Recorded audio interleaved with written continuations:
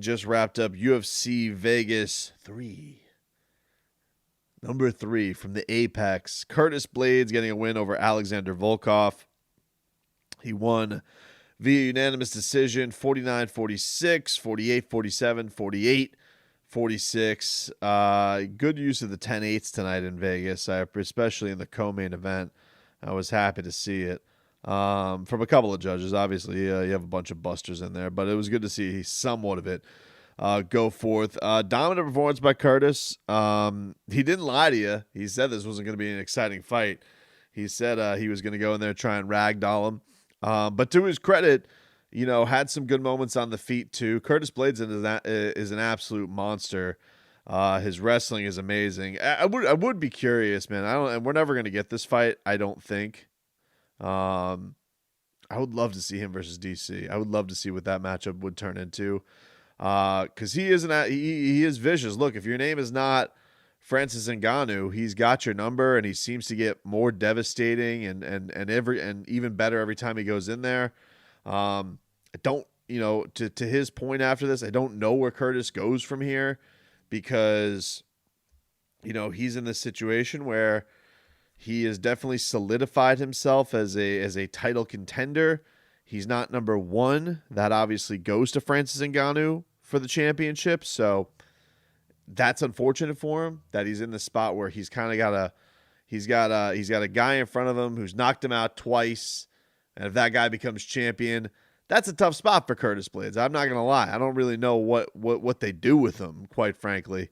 There's still fun fights out there for him. Could you pit him up against a Derek Lewis or something like that? Yeah, sure. Could you put him in there with a Rosenstrike and see where that goes? Yeah, but if you're him, like, why do you want to do that other than you got to make a living? Maybe he'll, if Stipe doesn't retire after this championship fight, because there is some talk that this could be the end for either heavyweight.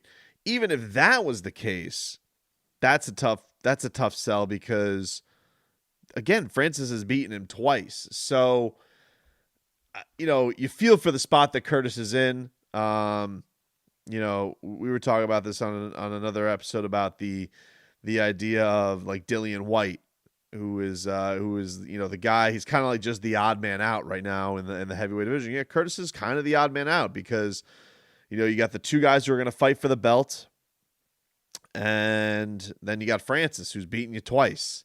And those are the only 2 losses that he's got, and that sucks. So a good performance by him tonight. Not the most exciting fight in the world. I don't think it's going to be the one we remember on his resume. But he's been an exciting fighter. He hasn't been the guy who has been taking people down at will, left and right. He's got some vicious wins over this run that he's been on. So good performance by him. Certainly wasn't even close to the best performance of the night. That definitely goes to what happened in the co-main event. Josh Emmett versus Shane Burgos was an absolute storm. Appropriate for somebody with the Hurricane nickname. Shane Burgos was a zombie. He was taking absolute bombs. Josh Emmett fought on what might be a torn ACL, a very injured knee. And Josh Emmett has hellacious power, really strong power.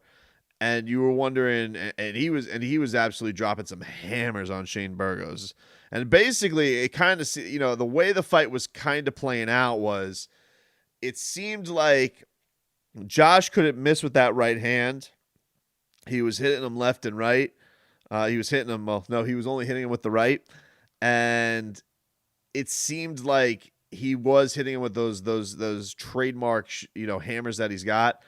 But Shane Burgos was a little bit more diverse. He was hitting him with the calf kicks, jabbing him to the body, walking right through these big shots. So you don't know what were the judges looking at in those first couple rounds. I thought Emmett took the first. I thought clearly Shane looked like the fresher guy in the second. This is, and then the third round happens, and Josh Emmett blasts him a couple of times, puts him on the canvas.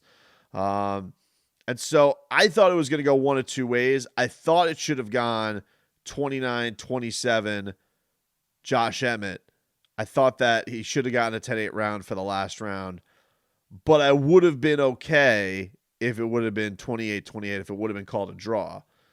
I just thought that for sure the third round had to be a 10-8. He dropped him twice. Shane was holding on for dear life.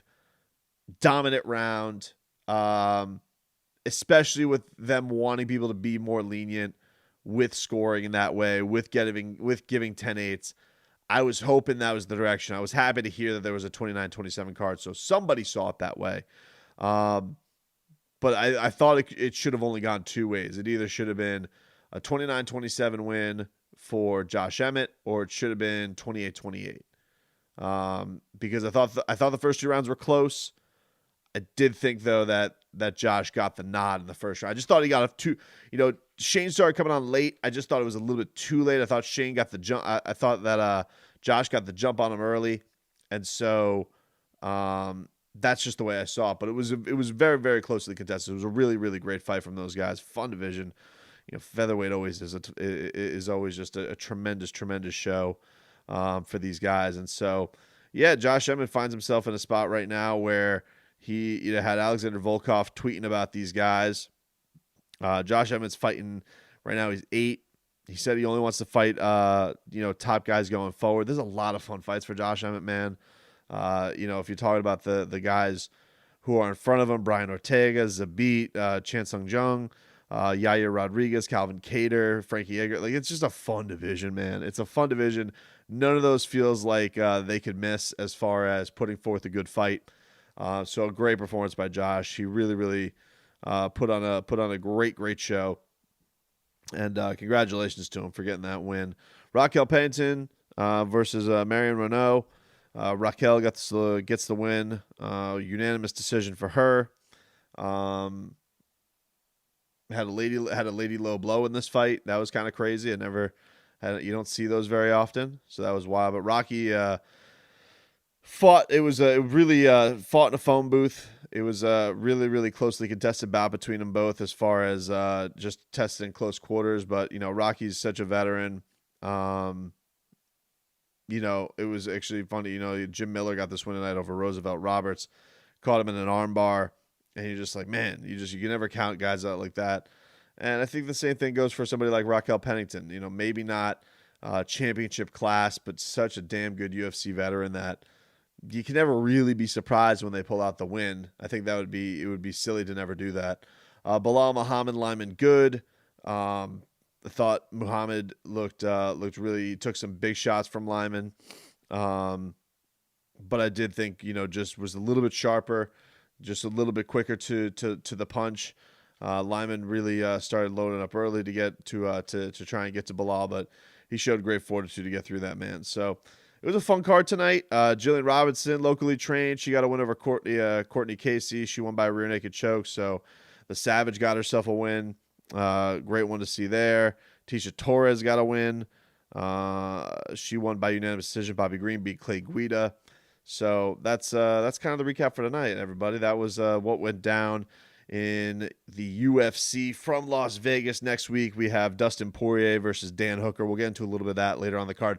One other note I do want to make is they released the promo for Fight Island, UFC 251. Now, it was really a tale of two promos. It could have been a home run promo if you just would have taken them to the island, had people doing shadow boxing on an island, talk about how great they are, get to the fight. However, this thing needed to give more stroke to Dana White at the start of it. I mean, look,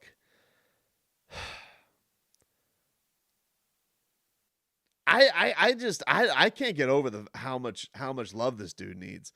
It's ridiculous. Like, he has been taking the victory lap for bringing sports back for 2 months. For 2 months now, he's been sitting here patting himself on the back for bringing back sports. He's been stifling his biggest stars.